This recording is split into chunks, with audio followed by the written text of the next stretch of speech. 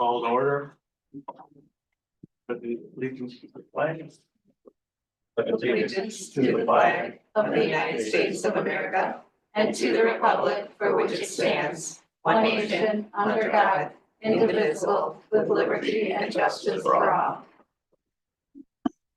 Sorry, you're all stuck with me today. Chris isn't here, won't be here Tuesday either, so I'll be shitting. Appreciate your indulgence. Chris, you have a roll call? Sure. Vice President Everard, Here. Treasurer Zimmerman, Present. Secretary Wazorek, Here. Trustee Leahy, Yes. Trustee Zurich, Here. and Trustee Zeller. Here. The chair will entertain a motion to allow me to chair the meeting. So. Thank you. President and seconded by Ron. And we moved and seconded to have me pro tem for the purpose of this meeting. Those in favor, say aye. The roll call. Roll call. Oh, you gotta do roll call? Yes. Trustee Zeller, Yes. Trustee Leahy, Yes. Trustee Zurich, Yes. Secretary Wazorek, Yes. Treasurer Zimmerman, Yes. Vice President Everard. Abstain. All right. Public comments, do we have any public comment? I'm not seeing any raised hands online. Okay, thank you. All right, presentations. Who's up first? You. Oh, all right. Well, first, let's talk about a trip that Bonnie put together for Ron, myself, and Paul. I think others were invited, but we attended, and this is a beautiful piece of property. How many acres is it in total? I know we didn't see all the way to the river. 15. Which one are you looking at? No, the whole, I mean, the Dale. whole match. Dale. Dale's property. Well, are you talking about Marengo Ridge or Well, what Dale has. what Dale? 15 acres is the Marengo. No. Okay. Well, the 15 acres is the gift, is what you're speaking of. Are you Yeah, I'm talking about, yeah, so anyway, we went out and toured the whole property. It's like a mile. I mean, it's a huge property, and this fellow that has been selling us pieces of the property takes care of it. And here's a picture of how he's cleared. There's no brush. In contrast, if you see where the brush is, you can't even walk through it. I mean, it's just brambles and briars and a rabbit couldn't go through it. But this is what he's done. So Christy, can you advance another picture? You see, he's done controlled burns. It's like a park. It's just a beautiful setting. And old growth oaks, and just a beautiful piece of property. And he lives on it. And we'll stop there. So he lives on the property, and his only deal is he gets up every morning and he goes out and clears land every day. And it's just amazing. So I encourage you get a chance to go out there. If Bonnie puts another thing together, please take advantage of it. Just beautiful. And this is part of that 15 acres that we'll be talking about later is contiguous or a part of this. Okay, the next picture, we went from there to the quarry. And the quarry is another bit, there's not public access to the quarry, but it's just a phenomenal property. And I didn't take a picture of the lake. There's a big lake in front of it. Ducks and geese were swimming, and we just did, beautiful day. But what we're showing there the reason it was a quarry was the bedrock and limestone come right up to the surface. And in fact, we passed a school building that actually had been built from the limestone that had been quarried from there. They made these bricks and this, beautiful yellow building made out of the stone there. So it's just a unique formation. But in terms of the wildlife there, this is a badger hole. So we saw a couple badger holes. We didn't see the badgers, thankfully. I wasn't gonna look in there either. Huron nests, we saw several Huron nests and Hurons flying around, and it just a beautiful piece of property. And then right at the entrance, I think the next picture is there's this, oh, look at this, like a dandelion coming up, and they're like, stand back, that's like deadly poison stuff. Wild parsnip? Wild parsnip, and it grows high, and apparently if you touch it, which Dale did at one point, he couldn't even sleep. He said he had to sleep with his arm over the bed in a bucket to let it drain. It's just a horror. It's like poison ivy, on heroin. Right. It's just, Wow. it's something else. But anyway, that's right at the front. So I think that's to keep people out. But it was a great day. Thank you, Bonnie. Oh, thank for you. doing. You guys were so great. Another- Dale and Judy. Really were. Yeah. All of you. Yeah, which I am very naive in this regard, but Dale actually took the time and explained how glaciers moved through the state of Illinois like 450, 500 million years ago, and how where some of the rocks came from Canada, Lake Superior, and he's willing to kind of explain it. And he's such a expert that he just wanted to make sure he got it right. He actually took the rocks to northern Illinois to have a professor test the age of them just to make sure he had the story correct. Absolutely fascinating. Yeah, it was like a day with a geology professor. Yeah, it was. It was really a great day. Well, then the other thing that happened since the last meeting is Elizabeth and I went to Washington DC.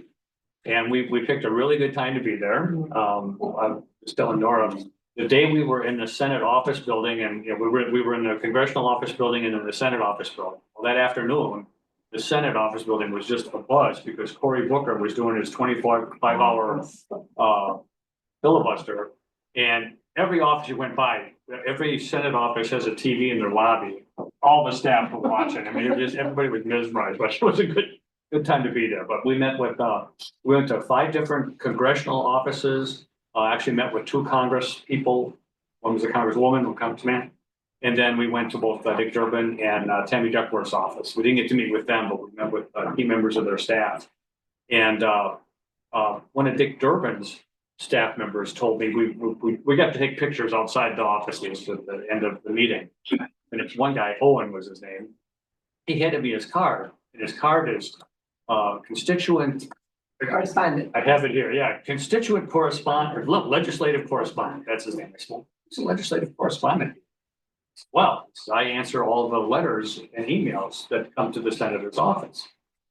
And well, we're getting ready to take pictures. I didn't mention it in there, but the #1 constituent complaint that the senator is getting is about national parks. People's concern about national parks. They're starting to plan their vacations and whatnot, and that was their biggest concern. So that was a pretty good message to hear back from them. So they're clearly attuned to our situation. We went there to lobby on behalf of open lands and conservation efforts and different bills that are before coming. And last year, the champion was the Explore Act bill, which was a bipartisan bill. And one of the things when parks comes forward, that's one that everybody can rally towards, right? It's one of those things that's just like right in the center of heart and nobody can argue over it. So it was a really good message. I mean, for Illinois, we're very strong in our parks. I thank Lloyd for taking the time to be out there to advocate on behalf of the National Association and our efforts and the refuge that we have here during a critical time. But again, it sends a strong message across the country. But and I learned a lot. We've got a historian right here on history. I was talking about the animal. All right, so that's it for my presentation. Anybody else have any presentation? Right. All right, new business. So review of the regular meeting agenda items for April 22nd. We have a chance to take a look at them and see if there's anything that you want removed or called out.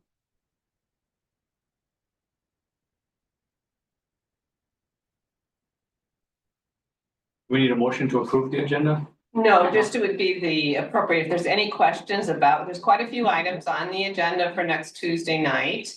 And that would be the time to answer any questions. We've got some bids. One of the things I know, just for informational purposes, so we're moving forward on some vehicle purchases. So now that we're in the new fiscal year, which started April 1st, and we have found efficiencies by working with the county on the bidding that they have done, as well as there's other bidding that we're allowed to participate in, like Sourcewell, or the state bid in Illinois. And so we are moving forward because those prices have set on vehicles. Now we know with inflationary costs and some things that could change going forward. So we've started some conversations, and of course there's one vehicle that's going to go out to bid, and we'll see what those prices come back at. They probably will be different than what we're getting with pre-bid stuff prior to all the changes.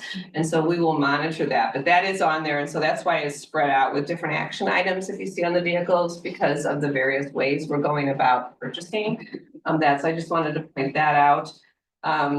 The RFQ for professional services, again, that project went out for proposals, requests, qualifications, and that has come under budget, and that's a project again with McDOT and actually McHenry County, and that's a development plan. That's part of our strategic plan, but development plan along the Prairie Trail for wayfinding. It will not lead to the actual construction of the signage, but it will give us the roadmap to go forward and then to maybe get some grants to get some funding to help implement that in future budgets. Hunting directives, I do want to point that out there. So thank you, Gabe, for following up. As you recall, at the last meeting, there was a constituent, a user in the hunting program that came forth to express just some general concerns on the new directives that are being proposed. And so give the board an opportunity to discuss that, but the recommendation from staff is to stay the course. We believe it's been vetted and the direction to provide. Can I make a comment on that? Please, regard? yes. Yeah, I was very moved by the gentleman who came in, made his presentation. He's been such a big proponent of the conservation district through the past 25 years.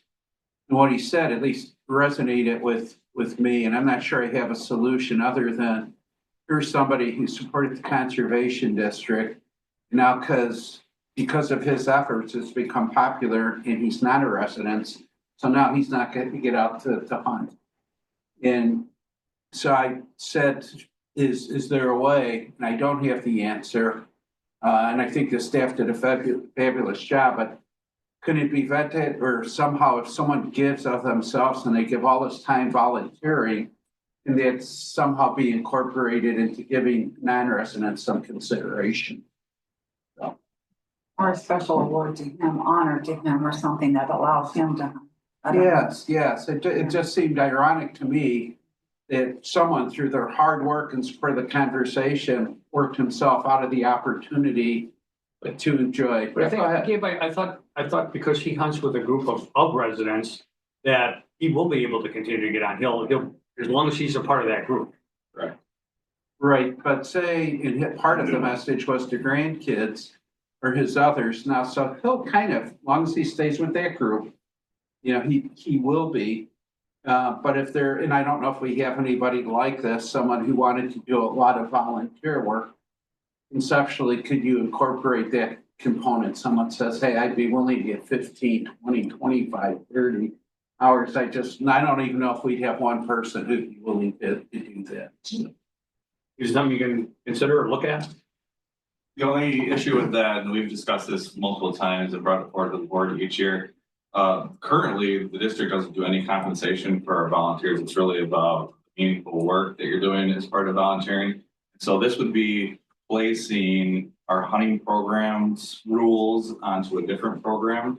And that's something that's just not recommended. If there's ways that we need to modify the hunting program, we certainly could do that, but just didn't want to place that on the volunteer program. That's the first thing. For the individual, let's say we have 3 residents in a group. There's going to be an equivalent number of points in the lottery as 3 residents with 1 non-resident. So we got rid of the cap on the groups, which was probably 5 years ago, so that it would accommodate more people and accommodate non-residents as well. So it's been kind of thought through to have residents still be part of the program, but not necessarily taking up resident places. So in contrast, if we had 4 non-residents, they wouldn't get points, right? So it's a full group of non-residents coming in and taking the place of a resident group that may have 1 or 2 outliers of non-residents. That it's not an issue, but full non-residents taking place of residents has become an issue. Well, it's good to have the problem. I mean, it's such a popular program. That's why we have it. So it's good reason to have the problem. Oh, any other discussion on that? And the only other, I guess, item that's relatively new that really the board is not familiar with is a letter of support for the Northern Moraine Wastewater Reclamation District. If you want just to highlight that, maybe just so there's some familiarity with what we're. So this is, too bad Chris isn't here, because he actually sat through this presentation at the, after our farm meeting, there was a presentation on this nutrient trading program. But essentially what happened is the reclamation district has an agreement with the Illinois EPA to establish a market-driven program for nutrient trading. So currently, the only regulatory requirements in the US for pollution, water pollution, is point source. So point source is regulated, they have standards they have to meet. We have a lot of non-point source pollution that takes place throughout the country. And this would allow, through market mechanisms, trading back and forth between point source polluters and non-point source polluters. So it's using nature-based, nature-driven solutions through a market-based mechanism to compensate for some of these higher standards that are coming down on point source. So it's us supporting this nature-based solution and this market-based mechanism, not only with Northern Moraine, but to scale it. So it's congressional funding to scale it. All right, thank you. Yeah, it is a pretty action-packed agenda, so please, if you haven't had a chance to take a look at it, please do. Also, some liquidation. We got a bunch of old vehicles will be being disposed of, so a lot of good stuff on it. All right, so the agenda stands. All right, executive director's report. Okay, so we've got the first hike with Mike this Saturday at Boger Bog for the 2025 year. And this is the first time we've got a sold out list on the hike. Usually we get a lot of drop-ins and that join us. So that's great. That means the program is gathering. Boger is a very unique site. So board members, if you have an interest in joining us, please do. There is parking. Staff did a great job in coordinating in advance with the Village of Bull Valley because there's limited parking spots. If you've been to Boulder before, it's a gem. There's like 5 spots there. So you have to pull across the way and then walk down the road. So appreciate that. I know law enforcement was working with the village. Earth Day is also on Saturday. It's Earth Day here at the district every day, but specifically on the 22nd. So at Prairie View Education Center from 12 to 4. Again, drop on by and see what's happening. Lots of programs. They've worked hard. We're hoping for great weather in that regard. As far as transitioning, you'll hear some coming into future meetings with Bank Communications. They're finally fully staffed, and so you'll get to meet one. They'll be coming back, so that's great. And thank you, Caitlin. She's been balancing that, and of course, we've got Conservation Ecology Manager position that's been filled, and Zach will be starting with us in June, not soon enough, and then Kate will be back to being filled. And then we're also doing just some job sharing as a unique way. We had an individual who was on a leave of absence for the birth of a child and coming back and looking just for a temporary. So we're trying out a job share where they still they'll move to a part-time status, be able to do what's needed and fill that position with another part-time. So that worked really well, and I support very creative solutions there to retain talented team members, but yet efficiently do what we need to do forward. So thought that was awesome. Of course, we'll be acknowledging Andy and his accounting team with the CAFRA, and that's on Tuesday night. So again, a lot of things. And then next month, I just be awarding or to speak to the most of our staff, several of our staff, John, Caitlin, and marketing was up in Madison, Wisconsin for the International Trails Conference. And a great opportunity. It is the place to be if you're learning about trails. So many of our rangers are there. Marketing was there to pick up and receive an award for promotion education on our Find Your Wild program. Again, won another award, how many 2 times now? So a very popular program, kudos to them. And just off the press releases, and we'll put this on the agenda for a future meeting for May, is the Hollows Conservation Area, the new reopening of all the design and what's happening down there that we're going to be giving the county board a sneak preview with the foundation. Also won a facility award out of the Illinois Parks and Recreation Association Conservation Forest Preserve District section. So again, a lot of positive things happening. And On that Find the Wild, every congressional office and Senate office, all the staffers, she's handing them out like, all right, they couldn't get enough of them. They all, they were, oh, I want the owl.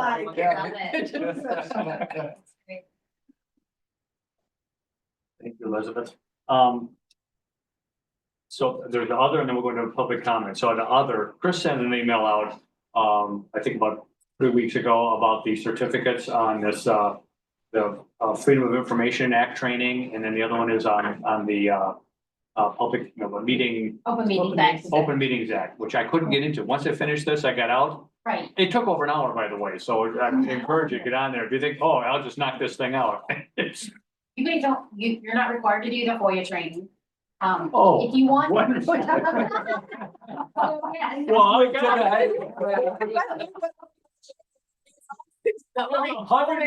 118 pages. However, for informational purposes, in your role, it's helpful. Oh, thank you. I didn't say you had to do the FOIA training. Well, I thought the email said both. No. All right. Anyway, I encourage you to get on there, because I think the other one, this one was 118. I think the other one is like 78 or something. This is how many slides it is. But my point is, when you get out of it, it's hard to get back into it. Mhm. So I actually sent him an email saying, how do I get back into it? Because once you're registered, and then, it doesn't say, well, here, log in. It says re-register, and then it says, well, you're already registered. It's just a circle. So I'm not sure how to get out of it. So I appreciate that, because that's really critical. That is a requirement that elected officials, they need to finish the LMA. The second one that you got, that is the public disclosure, that is requirement, for the Ethics Act, that has to all be completed. Frankly, what am I? Financial disclosure, I think. Yeah, that you have to do, right, with, that you have to do annually. Yeah. Right, the statement of. Statement of economic interest, that's the word I was looking for. And We're then- all good, though. We're all good, so thank you on that one. And then the other one that you just would have received in your mailboxes at home would have been from the auditors. Right, if you got that, to just save for that, so please be sure to complete that and send that Do you back get to the Sarah. records of who completed it? It goes to Seekage, Andy, you can find out who did submit. somebody fails to, they'll let us know. Okay, so, Because they ask you to sign it. and Yeah, everything, So they know. got what it is. So I think I'm up to date, but if we're not up to date, Christie, would you let us know? Oh, yes, you guys will Okay. be tired of hearing from me if you're not, but you're, All right. you guys are good. Oh, Good. With your- But we're not on the open meeting. Correct. I still have a few that I need to either get a copy of or that needs to be done, so and then I Chris need your just, copy. and then Chris gave me a process that he wants going forward Mhm. with that, and Christine, I've talked about that, so we'll kind of give the notation of notice of 30 days and then follow up and then the call, but that is a requirement, so we'll make sure we task with. And you only have to do it once you do it, unless it's been a while, and then it's probably a good thing just to refresh. I remember that I did it, but they wouldn't produce a copy for me, so I don't, so this is. And again, the online is really easy. There are another alternative. IAPD does run when you go to that boot camp and do the programming, that will suffice as your training for OMA. So that's another option for those that we're looking at, but you have to do that with a certain time period. The other option, the COG, the attorneys there, they'll do a local one too, but the online program we're getting directly, it's really easy. All right. Glad I brought it up. I'm All right. glad you're an overachiever. Yeah, but I didn't get the one done that I need to get done. All right, are there any other public comments? I'm not seeing any raised hands online. All right, thank you. With that, we get a motion to go into executive session. A motion. Second, Mike. And we need to read the specifics of why, Okay. please. Public comments limited to 3, I'm sorry. Motion to go into executive session pursuant to 2C1, personnel, 2C2, collective bargaining, 2C5, purchase/lease of real estate, and 2C21, review of closed session minutes of the Open Meetings Act, 5 Illinois 121, second. That's what Mike meant, right? Yes, it is. All right, we'll call. Treasurer Zimmerman, Yes. trustee Zeller. Yes. Trustee Leahy. Yes. Trustee Zurich. Yes. Trustee Wazorek. Yes. President Pro Tem Everard. Yes. And there's no action after executive session this evening. All right, thank you for those that are coming back to executive session. Andrew, we'll see you on the other side. Good night, everyone. All right, we're back in open session. Roll call. Yes. Every day, you don't know. President Pro Tem Everard. Just roll calling back in open session. Treasurer Zimmerman. President. What's your answer? Secretary Wazorek. Present. Trustee Leahy. Yes. Trustee Zurich. Here. And trustee Zeller. Here. Now we'll entertain a motion to adjourn. I'll make that motion to adjourn. All right, thank you. And second? I'll second. All right, all right. Hey, trustee Leahy, Yes. trustee Zeller, Yes. trustee Zurich, Yes. secretary Wazorek. Yes. Treasurer Zimmerman, Yes. and President Pro Tem Everard. Yes, enthusiastically. Yes. Oh, wonderful. Well done. 6:41 PM. We are adjourned. Years ago.